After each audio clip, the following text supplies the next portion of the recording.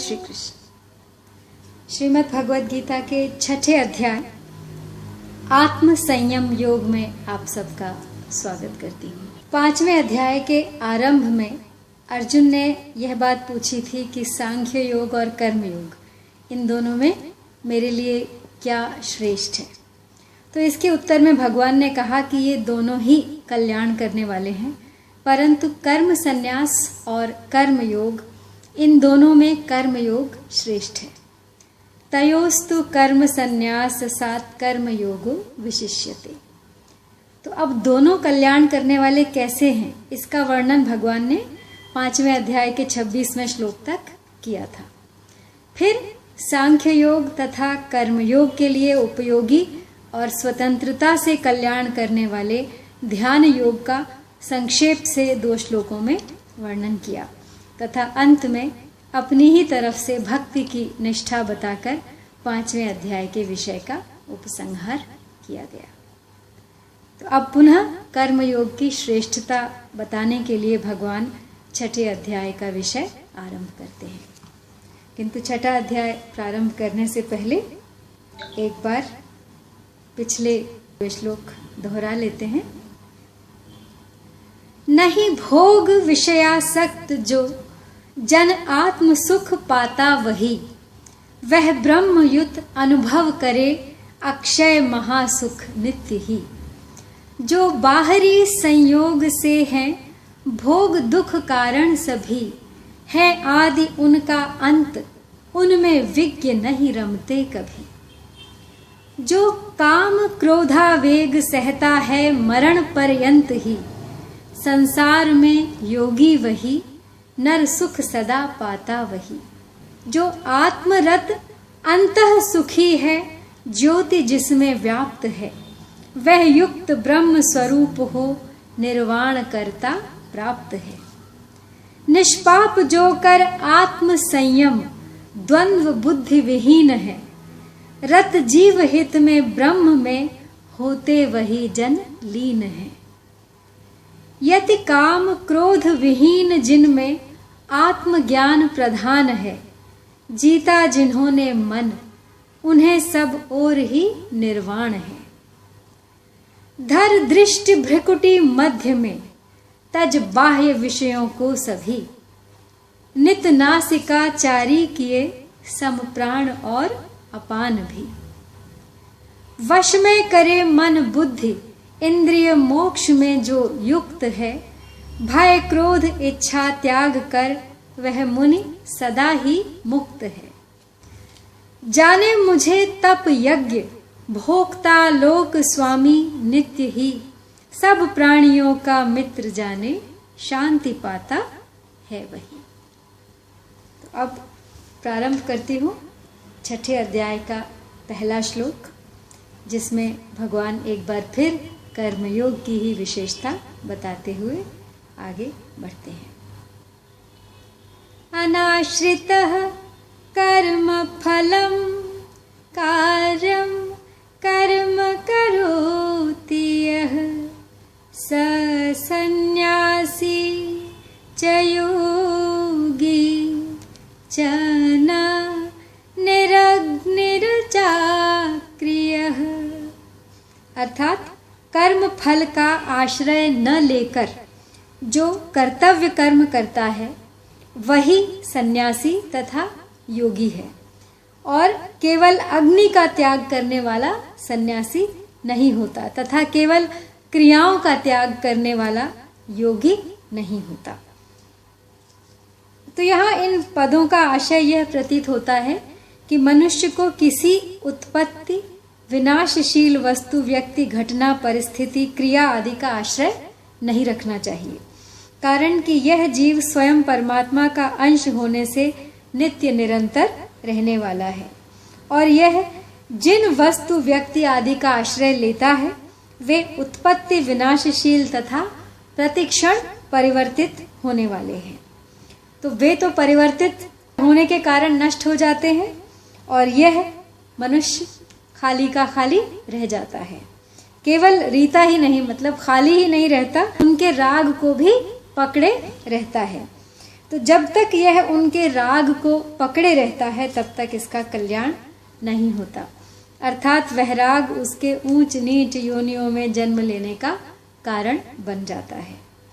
अतः भगवान यही तात्पर्य बताते हैं कि मनुष्य कर्म फल का आश्रय न रखकर कर्तव्य कर्म करे। कर्म फल के आश्रय का त्याग करने वाला तो नैष्टिकी शांति को प्राप्त कर लेता है, पर कर्म फल का आश्रय रखने वाला बंध जाता है। तो यहाँ परिशिष्ट भाव यही है कि चींटी से लेकर ब्रह्मलोक तक संपूर्ण संसार कर्म फल है। संसार का स्वरूप है वस्तु, व्यक्ति और क्रिया।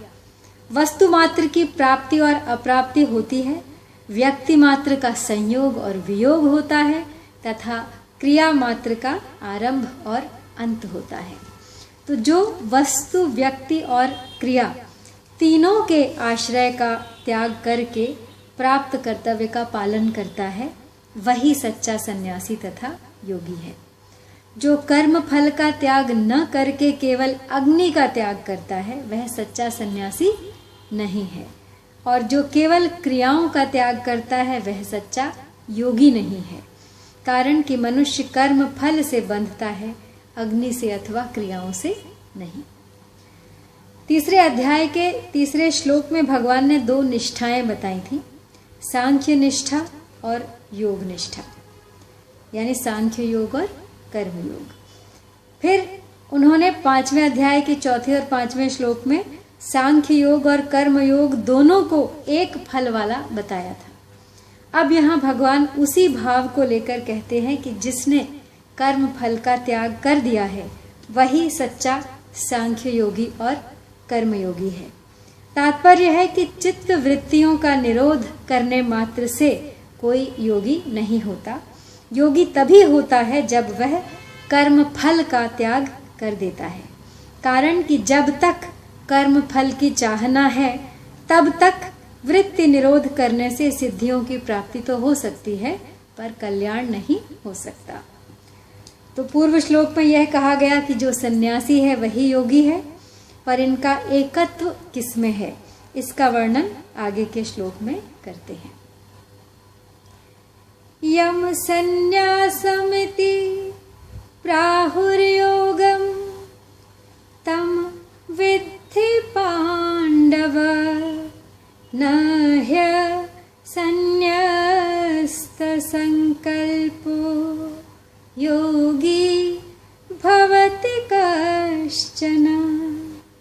अर्थात हे अर्जुन, लोग जिसको सन्यास कहते हैं उसी को तुम योग समझो, क्योंकि संकल्पों का त्याग किए बिना मनुष्य कोई सा भी योगी नहीं हो सकता। तो यहाँ कश्चन पद से यह अर्थ भी लिया जा सकता है कि संकल्प का त्याग किए बिना मनुष्य कोई सा भी योगी, अर्थात कर्म योगी, ज्ञान योगी, भक्ति योगी, हठ योगी, लय योगी आदि नहीं हो सकता। कारण कि उसका संबंध उत्पन्न और नष्ट होने वाले जड़ पदार्थों के साथ है। अतः वह योगी कैसे होगा? वह तो भोगी ही होगा। ऐसे भोगी केवल मनुष्य ही नहीं है, प्रत्युत पशु पक्षी आदि भी भोगी हैं, क्योंकि उन्होंने भी संकल्पों का त्याग नहीं किया है। तो तात्पर्य यह निकला कि जब तक असत पदार्थों के साथ किंचित मात्र भी संबंध रहेगा, अर्थात अपने आप को कुछ न कुछ व्यक्ति मानेगा, तब तक मनुष्य कोई सा भी योगी नहीं हो सकता। अर्थात असत पदार्थों के साथ संबंध रखते हुए वह कितना ही अभ्यास कर ले, समाधि लगा ले, गिरी कंदराओं में चला जाए, तो भी गीता के सिद्धांत के अनुसार वह योगी नहीं कहा जा सकता। ऐसे तो संन्यास और योग की साधना अलग अलग है, पर संकल्पों के त्याग में दोनों साधन एक ही है। तो अब पूर्व श्लोक में जिस योग की प्रशंसा की गई है, उस योग की प्राप्ति का उपाय अगले श्लोक में बताया गया है। आरुरुक्षो मुने योगम कर्म कारणम उच्यते योगारूढ़स्य तस्यैव शमः कारणम उच्यते। अर्थ ये है कि योगारूढ़ होने की इच्छा वाले साधक के लिए योगारूढ़ होने में निष्काम भाव से कर्म करना कारण है और उससे प्राप्त होने वाली शांति परमात्म प्राप्ति में कारण है।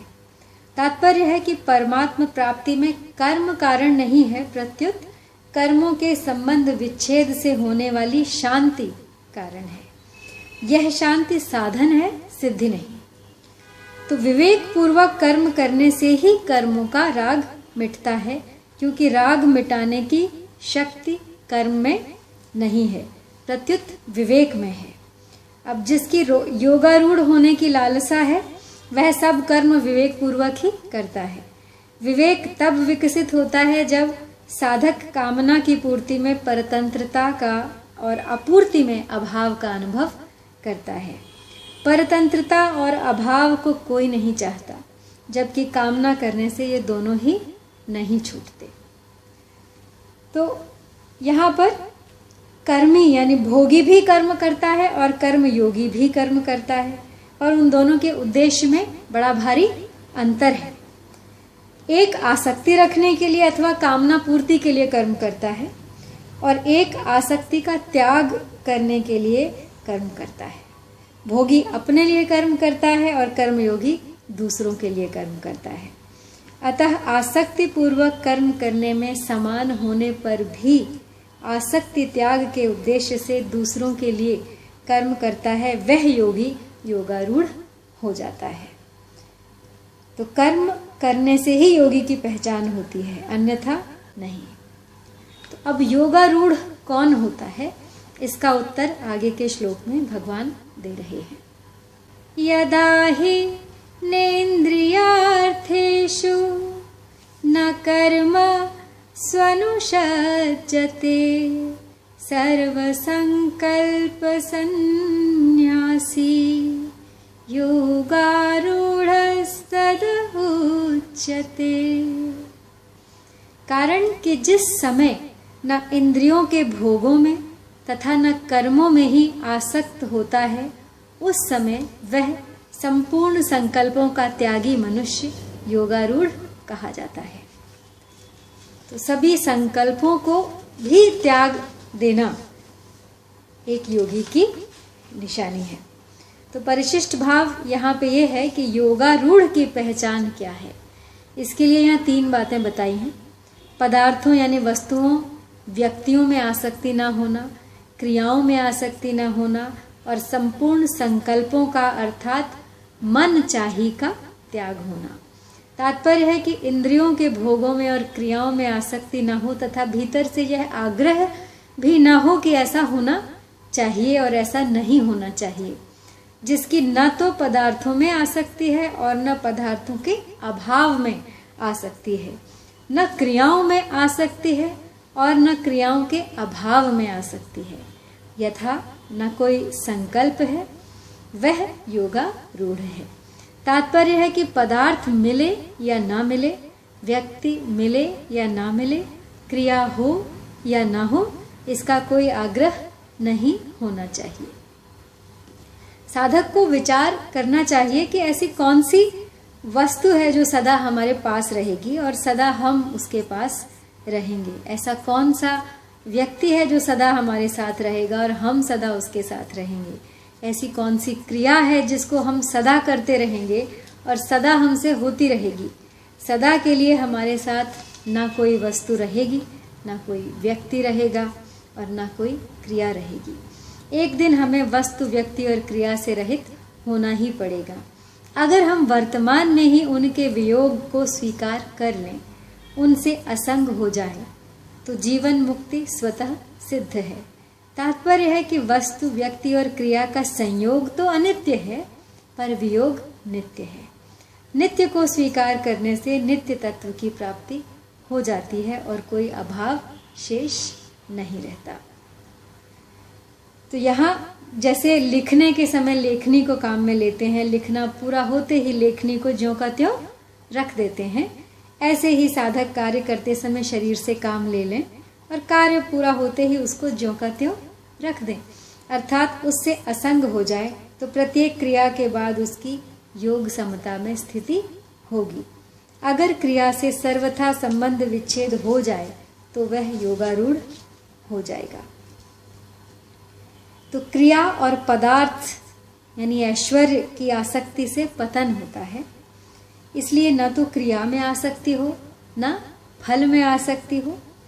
संकल्प जन्य सुख का भोग भी न हो, अर्थात संकल्प पूर्ति का सुख भी न ले। अपनी मुक्ति का भी संकल्प न हो, क्योंकि मुक्ति के संकल्प से बंधन की सत्ता दृढ़ होती है। अतः कोई भी संकल्प न रखकर उदासीन रहे। अब पूर्व श्लोक में भगवान ने योगारूढ़ मनुष्य के लक्षण बताते हुए यदा और तदा पद से योगारूढ़ होने में अर्थात अपना उद्धार करने में मनुष्य को स्वतंत्र बताया।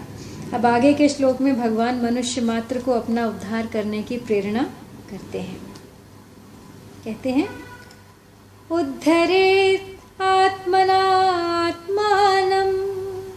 न आत्मानं अवसादयेत्। आत्मैव ह्यात्मनो बन्धु आत्मैव रिपुआत्मनः।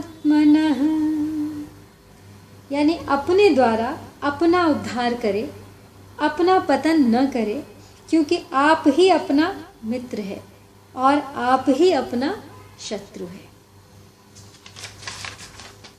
यहाँ पे परिशिष्ट भाव यही हुआ कि अपने उद्धार और पतन में मनुष्य स्वयं ही कारण होता है, दूसरा कोई नहीं। भगवान ने मनुष्य शरीर दिया है तो अपने कल्याण की सामग्री भी पूरी दी है, इसलिए अपने कल्याण के लिए दूसरे की आवश्यकता नहीं है। पतन भी दूसरा नहीं करता। जीव खुद ही गुणों का संग करके जन्म मरण में पड़ता है।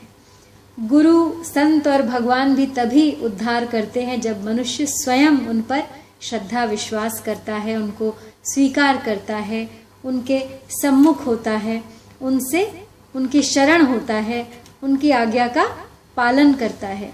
तो अगर मनुष्य उनको स्वीकार न करे तो वे उद्धार कैसे करेंगे? नहीं कर सकते। खुद शिष्य न बने तो गुरु क्या करेगा? जैसे दूसरा व्यक्ति भोजन तो दे देगा, पर भूख तो खुद की चाहिए। खुद की भूख न हो तो दूसरे के द्वारा दिया गया भोजन भी किसी काम का नहीं होता। ऐसे ही खुद की लगन न हो तो गुरु का, संत महात्माओं का उपदेश का कोई काम नहीं होता, का कोई लाभ भी नहीं होता। तो गुरु बनना या बनाना गीता का सिद्धांत नहीं है। मनुष्य आप ही अपना गुरु है, इसलिए उपदेश अपने को ही देना है। जब सब कुछ परमात्मा ही है, वासुदेव सर्वम, तो फिर दूसरा गुरु कैसे बने और कौन किसको उपदेश दे? अतः उद्धरेत आत्मना आत्मानम का तात्पर्य है कि दूसरे में कमी न देखकर अपने में ही कमी देखे और उसको दूर करने की चेष्टा करे। अपने को ही उपदेश दे। आप ही अपना गुरु बने, आप ही अपना नेता बने और आप ही अपना शासक बने।